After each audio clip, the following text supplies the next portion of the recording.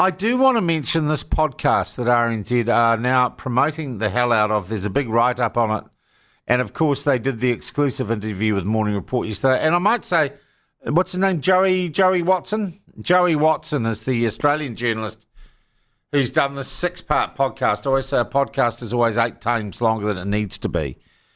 Because you just, it's undisciplined journalism podcasting. So Joey Watson, and the headline that RNZ are using to sell his podcast, which he's made, I presume they've bought. They haven't commissioned this from Joey Watson. Here's their headline: Christchurch terror attacks, podcast questions lone wolf theory. Podcast questions lone wolf theory. And I think what that headline does to any reader, looks like someone else might have been involved in the nutter with the gun attack, and I don't call it a terrorist attack, and there's no law against me. I don't have to accept that word. I don't think he was a terrorist. He was a nutter with a gun. He was mentally unwell. He had created some sort of fantasy world he lived in, and he killed a lot of people, and it was bloody tragic. But that's my view. But podcast questions lone wolf theory. I would therefore expect on that headline that this podcast would name or identify other people who were involved in conspiring with Brenton Tarrant to commit those terrible crimes, to kill 51 people. I can assure you that though I have not listened to all 6 episodes of this podcast, life would be too short. There is absolutely nothing that suggests that this podcast contains any new information, and we were hoping to talk to Joey Watson. He begged off sick this morning or last night. He's not well, and I can understand that. I still want to talk to him, but I'm going to say this. There is nothing in anything that Radio New Zealand has published or that appears to be in this podcast that says that Brenton Tarrant was anything but a lone wolf. Yes, he trawls over the old ground of how he'd travelled round and he'd sent emails to some weird far-right groups and a few wannabes online and said, oh, yeah, I might know more about this. But it's nothing more than mum's basement internet trolls getting off on themselves. There is no evidence in this podcast that the initial police inquiries and subsequent Royal Commission was in any way wrong to say Brenton Tarrant acted alone without the knowing assistance of any other individual. End of story. So I think a headline from RNZ that questions the lone wolf theory and then fails to deliver is the worst form. It's the worst form of journalism. It is trying to get clicks and get audience dancing on the graves of innocent victims.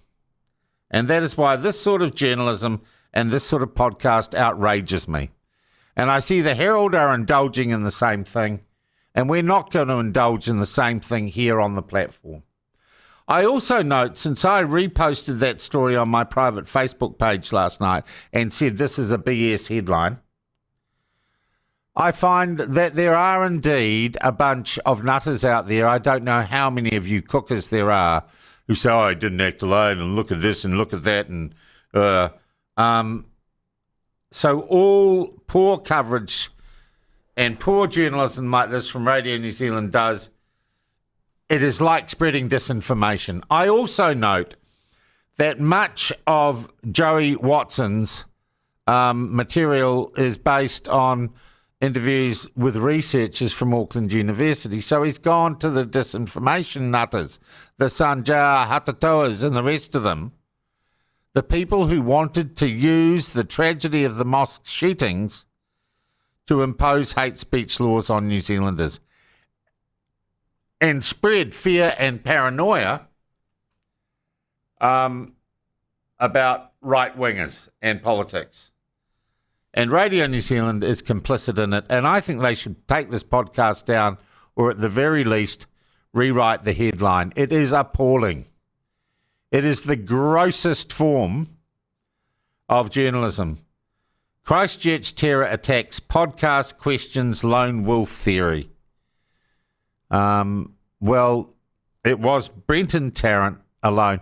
I also note that the podcast doesn't interview his family, his childhood friends.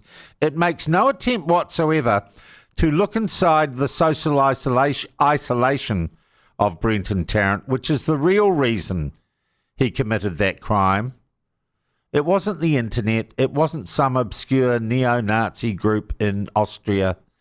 It was Brenton Tarrant's susceptibility to losing his mind because of his social isolation, probably related to the divorce of his parents. But no one wants to look there.